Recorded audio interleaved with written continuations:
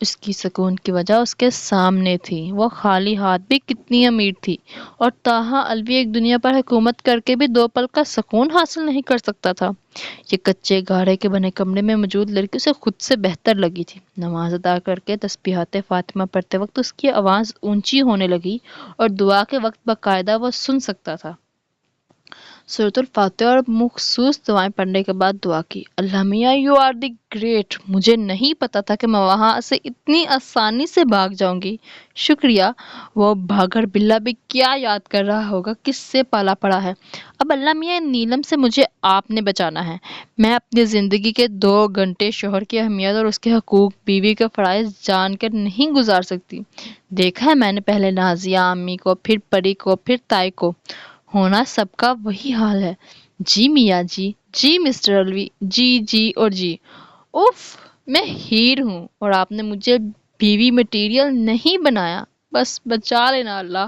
باقی خیر میں ڈرتی تو باغر بلے کے باپ سے بھی نہیں تھی، ہاں بس وہ طریق والے جن سے تھوڑا سا ڈرتی ہوں۔ اللہ سے باتیں کرتے وقت وہ اس قدر معصوم اور پیاری لگ رہی تھی کہ تاہا نے بے اختیار اس کے پھولے ہوئے گال پر پنچ کیا۔ ہائے اللہ، جن، طریق والا جن! اللہ لا الہ، ہامتے آیت الکرسی کا ورد شروع کر دیا تھا۔ تہا اس کی سوچ پر اش کر اٹھا تھا، مطلب پیچھے دیکھنے کی زحمت کیے بغیر وہ اسے جن سمجھ رہی تھی۔ ہیرا، تہا نے اپنی گمبھیر آواز کو اور بھاری کرتے سرگوشی نما پکارا تھا۔ ہیر جھٹکے سے آگے کو کھسکی۔ بھائی جن، میں نے آپ کا کیا بگاڑا ہے؟ آنکھیں سختی سے میچے وہ کانپتے بولی تھی۔ میں تمہارا بھائی نہیں ہوں، تہا نے غصے سے کہا۔ مطلب حد ہے یار، پہلے جن پھر بھائی، یہ لڑکی عجیب، سچ میں عجیب تھی۔ شرم کرو جن، میں شوہر والی ہوں۔ ہاں ذرا کمینہ اکڑو ہے، پر نیلم کا پیارا تاہا بھی تو ہے، ہیر نے فاصلہ بڑھاتے کہا تھا۔ پھر بغیر پیچھے دیکھے جلدی سے چادر میں گھس گئی۔ تہا مسکرا دیا۔ ہیرا چادر ہٹاؤ، مگر وہ مسلسل سورۃ الفلق، سورۃ الناس اور آیت الکرسی کا ورد اونچی آواز میں کرنے لگی تھی۔ تہا اب کیا کر سکتا تھا، باہر آ گیا۔ پیچھے وہ پڑھتے ہوئے سو چکی تھی۔ تہا باہر آیا تو وہ واپس آ چکے تھے۔ بیٹا کیسے ہو؟ پتر کی حال ہے؟ انہوں نے خوشگوار حیرت سے پوچھا۔ تہا چپ رہا۔ جلدی کر پتر، مسجد بند نہ ہو جائے، انہوں نے فکر مندی سے کہا تھا۔ میں نماز نہیں پڑھتا۔ تہا نے خود کو پستی کی گہرائیوں میں گرتا محسوس کیا۔ چنگا، میں چلتا ہوں۔ اچھا میں چلتا ہوں۔ وہ مایوس ہو گئے تھے۔ آپ؟ منڈی چل رہا، منڈی جا رہا ہوں۔ اکیلے؟ میرا مطلب ہے کسی کو اٹھا لیتے۔ وہ ہنسے۔ تہا کو ان کی ہنسی کھوکھلی لگی تھی۔ پتر، جڑے روا سے نہیں اٹھتے، انہیں جگوا سے کیوں اٹھنا؟ بیٹا جو رب کے لیے نہیں جاگتے، انہوں نے میرے لیے کیا جاگنا ہے؟ تہا خاموش ہو گیا۔ میں آپ کے ساتھ چلوں؟ وہ میں بور ہو رہا تھا۔ جب وہ نکلنے لگے تو تہا نے کہا، وہ خوش دلی سے مان گئے تھے۔ یہ سیدہ کے والد تھے ابراہیم، صرف ایک بیٹی تھی جو بیاہ دی، بیوی بھی خالق حقیقی سے جا ملی تھی، بھائی کے بچوں کے ساتھ رہ رہے تھے۔ بڑے نیک پتر نے، ورنہ آج کل تے سکے ماں پیو نو کوئی نہیں پوچھتا۔ بہت نیک بچے ہیں، ورنہ آج کل سگے ماں باپ کو کوئی یاد نہیں کرتا۔ تہا سمجھ رہا تھا کتنے نیک ہے وہ، ان کے لیے نہیں، اس دکان اور اس سے آنے والی آمدن کے لیے نیک بنے ہوئے تھے۔ اور وہ اس قدر بھولے تھے کہ ایک اجنبی کو اپنی تمام تر جائیداد کے بارے میں بتا رہے تھے کہ گاؤں میں کنال زمین ہے، لاہور میں فلیٹ ہے جس کا کرایہ آتا ہے، اور بھی بہت کچھ، مگر وہ بس اتنا سوچ سکا کہ کیا یہ اتنے بیوقوف ہے جتنے بن رہے ہیں، یا کوئی اور بات ہے؟ پتر، اتنا حیران کیوں ہے؟ نہیں تو، تہا نے خجل ہوتے کہا تھا۔ حیران ہونا کوئی بری بات تو نہیں۔ آدھے گھنٹے بعد وہ پنجابی سے اردو پڑھائے تھے۔ تہا اپنی حیرت چھپا نہ سکا تھا۔ اس دنیا کو اگر آسان ترین لفظ میں بیان کیا جائے تو وہ حیرت ہے۔ دور تک پھیلتے کھیتوں میں سے گزرتے انہوں نے کہا تھا، شہر کی ٹھنڈک، کھیتوں کی گیلی مٹی کی سوندھی خوشبو، تہا کو یہ سب اچھا لگ رہا تھا۔ اس دنیا کا مخفف پتہ ہے کیا ہے؟ انہوں نے تہا سے پوچھا۔ مخفف؟ اللہ، اور اللہ کا روٹ؟ الف لام ہے۔ ہاں، الف، الہ، اور الہ کا ایک مطلب تو معبود ہے، اور دوسرا حیران کر دینے والا۔ تہا نے کسی چھوٹے بچے کی طرح خوش ہوتے کہا تھا۔ وہ سادگی سے اسے اس کے خول سے نکال چکے تھے۔ اللہ حیران ہی تو کرتا ہے، اتنا کہ عقل گم ہو جائے۔ زندگی کے ہر موڑ پر اب خود کو دیکھ لو، کچھ دیر پہلے تک تم نماز پڑھنے کو تیار نہ تھے، اب اسی کا ذکر کر رہے ہو۔ تہا کے قدم رک گئے۔ یوں حیران نہ ہو، پوری زندگی یہی کرنا ہے۔ طاہا نے نوٹس کیا تھا کہ وہ لاٹھی کی مدد سے بھی کافی تیز چل رہے تھے۔ وہ ان میں سے تھے جو عمر کو صرف ایک نمبر مانتے تھے۔ وہ بھی ان کے ساتھ چل دیا۔ ہم جتنا اللہ کی بنائی گئی اس دنیا میں جھانکتے ہیں، سب سے زیادہ ہمارا استقبال حیرت کرتی ہے۔ انسان اپنی تخلیق کو ہی لے لے، مٹی سے لوتھڑے کا بننا ہو یا گوشت سے مٹی، عیسیٰ علیہ السلام کی پیدائش ہو یا ان کا زندہ آسمان پر جانا۔ اپنے رشتے ہی دیکھ لو، یہ جو آج میرے آگے پیچھے گھومتے ہیں، کل جب میں بستر پر ہوں گا تو میرے لیے لڑنے لگیں گے اور پھر سیدہ کو بیٹی ہونے کا یاد دلا کر اس کے پاس بھیج دیں گے۔ طاہا نے جانا کہ وہ اس تلخ حقیقت سے واقف تھے، اس لیے میں نے سب پہلے ہی عمر اور ہیر کے نام کر دیا ہے۔ ہیرا کیوں؟ تھی یہ میری مرتضی دی نشانی، اللہ جنت نصیب کرے، بڑی کوئی نیک ماں دی تھی یہ۔ انا سہ گئی پھر بھی ایک آواز تے آ گئی، میری بیٹی ہے، میرے مرتضیٰ کی نشانی، اللہ جنت نصیب کرے، بہت ہی کوئی نیک ماں کی بیٹی ہے۔ اتنا برداشت کر کے بھی ایک دفعہ بلانے پر آ گئی۔ کیا مطلب؟ چھوڑو بیٹا، جتنے منہ ہوں گے اتنی سی باتیں۔ طاہا کا وقت ان کے ساتھ اچھا گزرا تھا۔ منڈی سے سبزی لانے کے بعد وہ دکان پر ترتیب دیتے انہیں 10 بج گئے۔ طاہا کو جان کر اچنبھا ہوا کہ وہ ایم اے اردو کر کے بھی ایک پوشیدہ گاؤں میں رہتے تھے۔ زندگی کے جتنے دن اپنی مٹی میں جی لو۔ جب واپس گئے تو ہیر بخار میں تپ رہی تھی۔ مقامی ڈاکٹر نے بتایا کہ وہ ڈر گئی ہے۔ طاہا کو خود پر غصہ آیا تھا۔ ناشتے میں اسے گھی میں نہائے ہوئے پراٹھے دیے گئے جس پر ان دونوں نے انکار کر دیا تھا۔ تو کیا کھانا ہے؟ کچھ نہیں، جب ہیرا اٹھے گی تو اسے لے کر چلے جائیں گے۔ طاہا نے جتنی سادگی سے جواب دیا تھا، ماس کو اپنی طبیعت خراب ہوتی محسوس ہوئی تھی۔ ان ٹوٹی ہڈیوں کے ساتھ وہ سفر کرنے کی حالت میں نہ تھا، مگر ابراہیم کے کہنے پر طاہا منع نہ کر سکا تھا۔ اب وہاں سب سے بڑا مسئلہ کھانا تھا، جس میں پانی کی طرح گھی ڈالا جاتا تھا۔ ان دونوں کو تو دیکھ کر ہی جی متلانے لگتا۔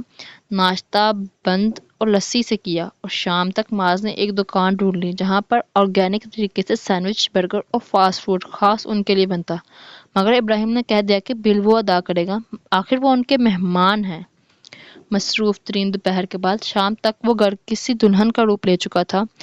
آفس وقت تو وہ ختم کر چکا تھا، اب اگر وہ کئی دن کام نہ کرتا تب بھی اکبر سنبھال لیتا، اس لیے وہ ان کے منع کرنے کے باوجود ان کے ساتھ لگا رہا تھا۔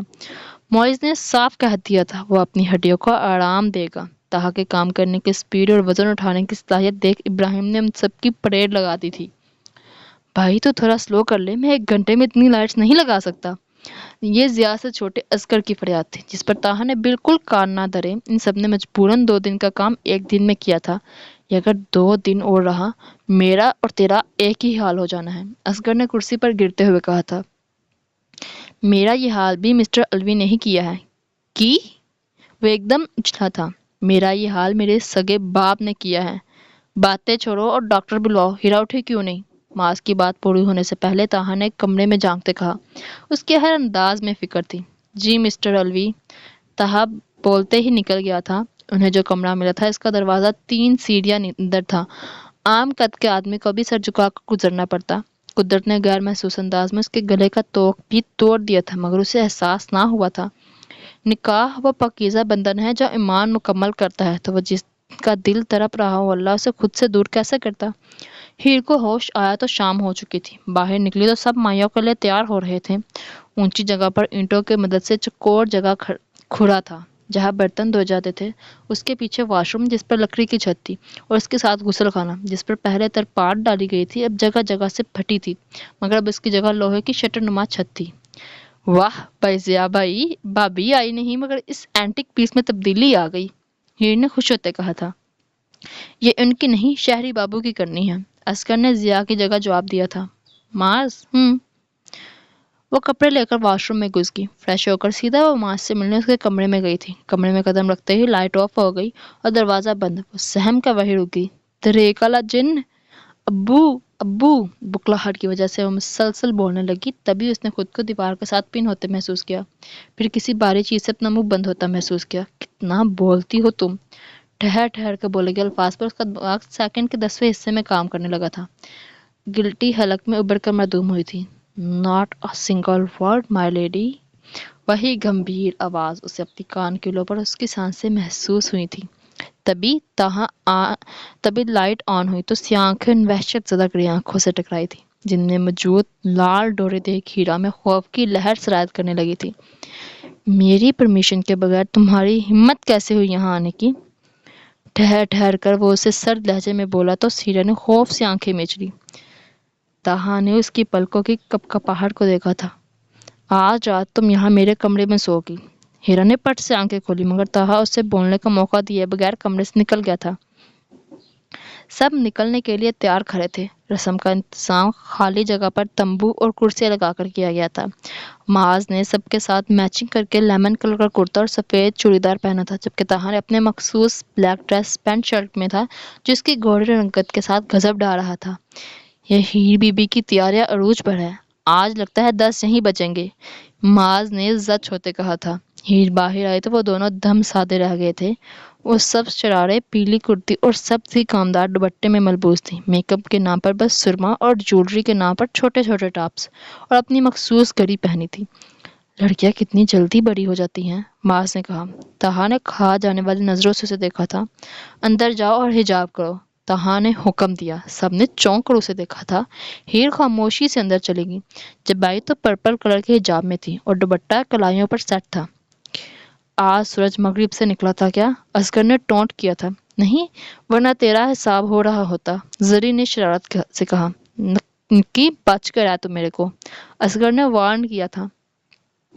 تمام وقت تہا اور معاذ اس کے ارد گرد رہے تھے۔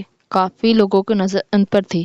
گاؤں کے رواج کے مطابق جلد ہی کھانا پوری کی رسم ادا کر دی گئی۔ عشاء کے اذان تک سب رسمیں ادا کر دی گئی تھیں اور عورتوں کے لیے گھر میں ڈھولک کا انتظام کیا گیا تھا، جبکہ مرد وہیں ہلا گلا کرنے رک گئے تھے۔ معاذ وہی رک گیا جبکہ تہا واپس آ چکا تھا۔ ہیر عشاء کی نماز ادا کر کے کمرے سے نکلی تو ایک ادھیڑ عمر عورت نے اس کا راستہ روکا، جو کہ دکھنے میں کافی موٹی تھی۔ باریک تراشی ہوئی بویں اور میک اپ کے نام پر منہ کو کینوس کی طرح رنگوں سے اٹا ہوا تھا۔ گہرے اورنج آتشی جوڑے میں منہ کے بکھرے زاویوں اور بگاڑ کر کہا، جنہ مرضی حاجن بن لے، جنی دیر میں معاف نہیں کرنا اور رب بھی معاف نہیں کرنا۔ ماں ورگی منڈے پیچھے لا کے لے آئیے، جتنی مرضی حاجت بنا لو، لیکن جب تک میں معاف نہیں کروں گی اللہ بھی معاف نہیں کرے گا۔ ماں کی طرح لڑکے پیچھے لگا لیے ہیں۔ ہیرا نے مضبوطی سے اپنی قمیض پکڑ لی۔ سارے ڈھونگ جاننی ہے میں۔ وہ اور بھی بولتے مگر ابراہیم کو دیکھ کر چپ کر گئی تھی۔ خود کبھی نماز نہیں پڑھی اور کسی کو پڑھنے بھی نہیں دینی۔ ابراہیم نے شگفتہ نامی عورت کو ڈانٹ کر چپ کروا دیا، مگر گھڑی آنکھوں نے اس منظر کو بہت مشکل سے برداشت کیا تھا۔ وعدہ کرو ہاں کچھ بھی ہو تم ان کی پرسنل میٹر میں نہیں بولو گے۔ نیلم نے پھر اسے روک لیا۔ ہیرا خاموشی سے چھت پر چلی گئی تھی۔ نیچے ڈھولک کی محفل شروع ہو چکی تھی۔ کسی کو اس سے غرض نہیں تھا۔ وہ اوپر روتی رہی اور نیچے خوشی کے گیت گائے جاتے رہے۔ انسان بہت خود غرض ہوتا ہے، جب تک ضرورت نہ ہو کسی کا دکھ میں شریک ہونے کی زحمت نہیں کرتا۔ انہیں دنیا کو دیکھنا تھا کہ مرتضیٰ کی یتیم بیٹیوں کو انہوں نے کس فراخ دلی سے اپنایا ہے، تو ہیر کو ترلے کر کے واسطے دے کر بلا لیا۔ اب ضرورت ختم تو اہمیت بھی ختم۔ ہیرا رات 12 بجے کے قریب نیچے آئی۔ زیادہ تر لوگ سو چکے تھے، وہ جاگ رہے تھے۔ ان میں بھی موضوع گفتگو اسی کی ذات تھی۔ شگفتہ کو چھوٹوں کے ساتھ لے کر بیٹھی اپنا قصہ سنا رہی تھی کہ کیسے نکاح کے وقت مرتضیٰ اسے چھوڑ کر بھاگ گیا اور اس کی کتنی بدنامی ہوئی، اور کیسے اس کا اورنگزیب سے زبردستی نکاح کر دیا گیا۔ وہ کتنی امیر اور عیش میں رہنے والی تھی اور اورنگزیب ایک معمولی سا درزی تھا۔ اس کی کسی بات میں شوہر کے لیے عزت نہ تھی۔ وہ بات بات پر مرتضیٰ کو گالیاں دے رہی تھی اور ہیر کی مات کو بدچلن اور بدکردار کی گالیاں دینے کے ساتھ ہیر کے لیے بھی فتوے جاری کر رہی تھی۔ یہ بھی کسی کے ساتھ بھاگ جائے گی۔ ہائے میری مریم نے تو خود اس کی تصویر دیکھی ہے، ارتضیٰ کے گھر میں کسی لڑکے کے ساتھ پکڑی گئی تھی۔ توبہ توبہ۔ ہیرا سیڑھیوں پر کھڑی سب سن رہی تھی تو تہا اپنے کمرے میں ضبط کی انتہا پر تھا۔ تبھی معاذ آیا تھا، اس نے بھی یقیناً اس کی باتیں سن لی تھیں۔ ہیرا کا سر جھک گیا تھا۔ جانتا میں ان کی باکردار نوابزادی کو، اس نے کرتا اتار کر پھینکنے کے انداز میں کہا۔ تہا نے سوالیہ نظروں سے اسے دیکھا تھا۔ کچھ نہیں، عمر نے ان کی باکردار نوابزادی کو میرے پاس بھیجا تھا اور میں گدھا بیوقوف اس کے پیار میں پڑ گیا۔ وہ میرا استعمال کرتی رہی اور میں ہوتا رہا۔ پھر اس نے مجھے یہ کہہ کر چھوڑ دیا کہ میں ہیر میں انوالو ہوں۔ معاذ نے دکھ سے بتایا تھا۔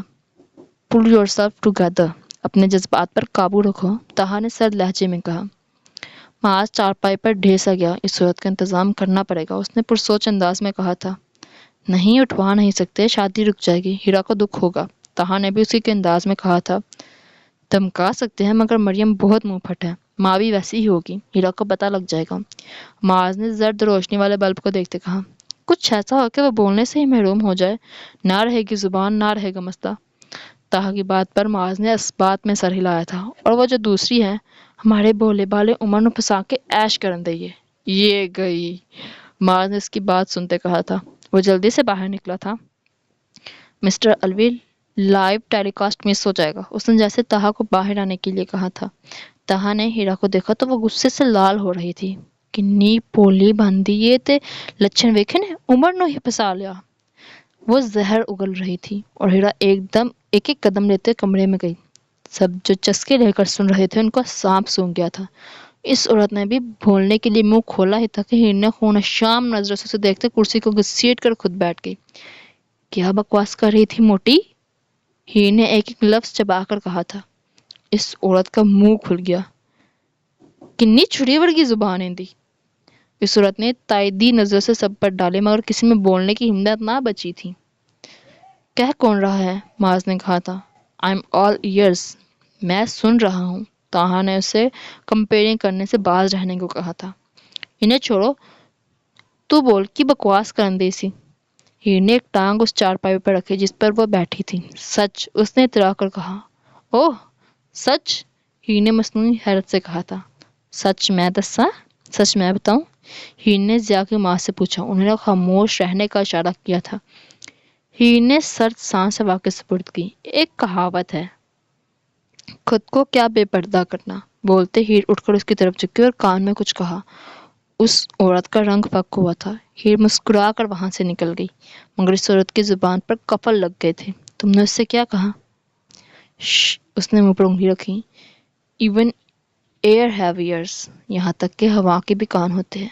تو کیر الوی، تہا نے بے اختیار سوچا تھا۔ تہا کی رات پھر آنکھوں میں گزری تھی۔ سویٹ ہارٹ، تمہیں ڈوز دینا پڑے گا۔ سوچتے تہا کمرے سے نکلا، ابراہیم کے ساتھ منڈی گیا مگر دکان پر جانے کے بجائے گھر آ گیا۔ رات دیر سے سوئے سب 9 بجے تک سو رہے تھے۔ وہ خاموشی سے ہیرا کے کمرے میں گیا۔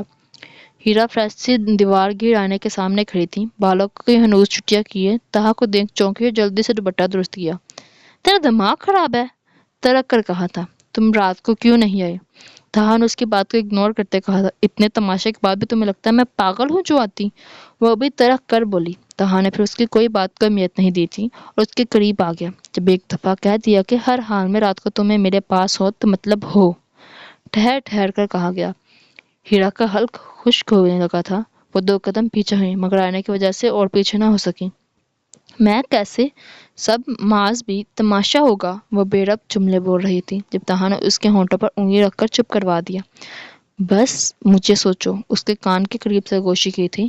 ہیرا نے بڑی بڑی آنکھیں کر کے اسے دیکھا۔ سوچ پر کسی کا اختیار نہیں ہوتا، تہا کے انگلی ہٹانے پر تے ہی کہا۔ سچ ہی تو تھا، خود وہ 10 سال تک اسے سوچتا رہا تھا مگر کچھ کر نہ سکا۔ تہا نے ایک جھٹکے سے اس کا رخ موڑا۔ اب آئینے میں ان دونوں کا عکس دیکھ سکتے تھے۔ تہا نے اس کی گردن پر دوپٹہ ہٹایا تھا۔ یہ کیا؟ مگر اس کے الفاظ وہی دم توڑ گئے جب تہا نے اس کی گردن اور بیوٹی بون کے درمیان موجود تل پر لب رکھے۔ ہیرو کو اپنے وجود سے جان نکلتی محسوس ہوئی۔ تہا نے آئینے میں اس کا عکس دیکھا۔ وہ سختی سے آنکھیں میچے ہوئے تھے، اس کی پلکیں لرز رہی تھیں اور چہرہ سرخ کنداری ہو چکا تھا۔ اب تم مجھے ہر وقت سوچو گی؟ تہا نے اس کے کان کے قریب سرگوشی کی۔ ہیرا نے پٹ آنکھیں کھولی تو وہ اسے آئینے میں کمرے سے نکلتا نظر آیا تھا۔ وہ جا چکا تھا مگر ہیرا خود کو اب بھی اس کے حصار میں محسوس کر رہی تھی۔